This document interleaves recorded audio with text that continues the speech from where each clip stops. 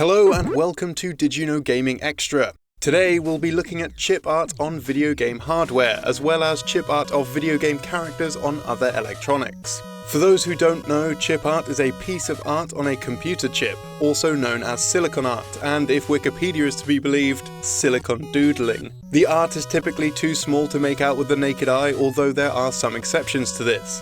Circuit boards aren't exactly the canvas that jumps to mind when thinking of how to express creativity, but their art certainly shouldn't be overlooked. And with video game hardware having a lot of circuit boards and chips, there are many potential canvases waiting to be filled by artists. The most famous example of chip art in video games is probably the dolphin jumping over Nintendo's logo. This art is within the GameCube system itself, and is a reference to GameCube's project name, Dolphin. However, more modern consoles also contain art on their circuit boards. Although it's multiple times larger than Nintendo's hidden dolphin, an etched graving of a super deformed Master Chief riding a scorpion can be found inside every Xbox One X console. Take our word for it, don't start prying your consoles open. This silicon doodling references the updated console's codename during development, Project Scorpio. The Scorpion itself may also be a reference to the vehicle found within the Halo universe, the Scorpion. This sort of art can also be found on game cartridges. Another piece of art on a circuit board can be found inside the cart for Mickey Mouse Capade on the original NES. The art is a simple soldering of the famous Mickey Mouse head silhouette. Going back to much smaller art, but slightly forward in time, the Atari Simplified Architecture Processor, or ASAP, was a chip used in some of Atari's 90s arcade titles, like the unreleased platformer Beathead. The chip has a tiny etching of a Lotus 7 car, which according to Atari's Michael ALBAUGH was to symbolize the chip's comparatively impressive speed for its price range.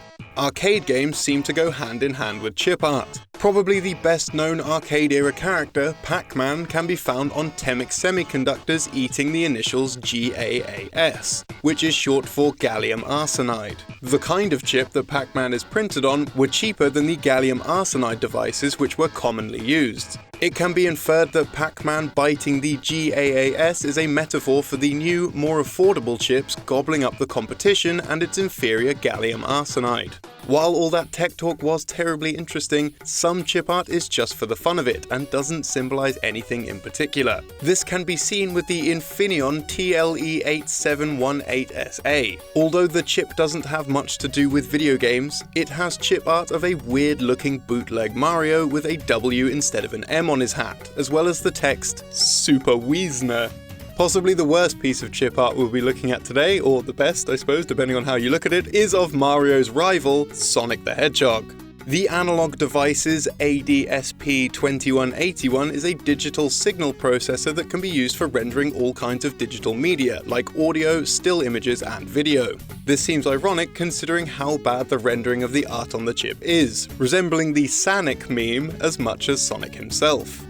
And now it's time for this episode's random piece of trivia. Today we'll be looking at the bizarre 1990 beat-em-up Michael Jackson's Moonwalker for the SEGA Genesis. Like Jackson himself, the game is known for its music, and when the game came out, fans were looking forward to hearing lo-fi Sega renditions of their favourite MJ tracks. This includes the best-selling track Thriller, which was originally intended to be used as background music for the game's Cemetery level, but it didn't appear in the final game. Although the song was planned to be included, it was replaced by a different Jackson song, Another Part of Me. It's speculated that this is due to Thriller being written by Rod Temperton and not Jackson himself. A small handful of people were aware that the early version of the game included Thriller as the Cemetery theme, but a physical cartridge wasn't discovered until September 15th, 2017. This is when a collector by the online handle of Brian the Hedgehog bought a prototype cartridge at a flea market for $20 and uploaded a YouTube video showing off the track as it appeared in-game.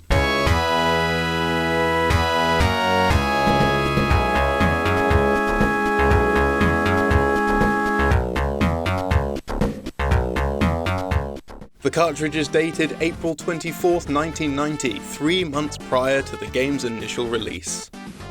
That's all from us today, but if you really like the show, or you really think I'm a great guy, then don't forget to support us on Patreon, like these guys on the screen.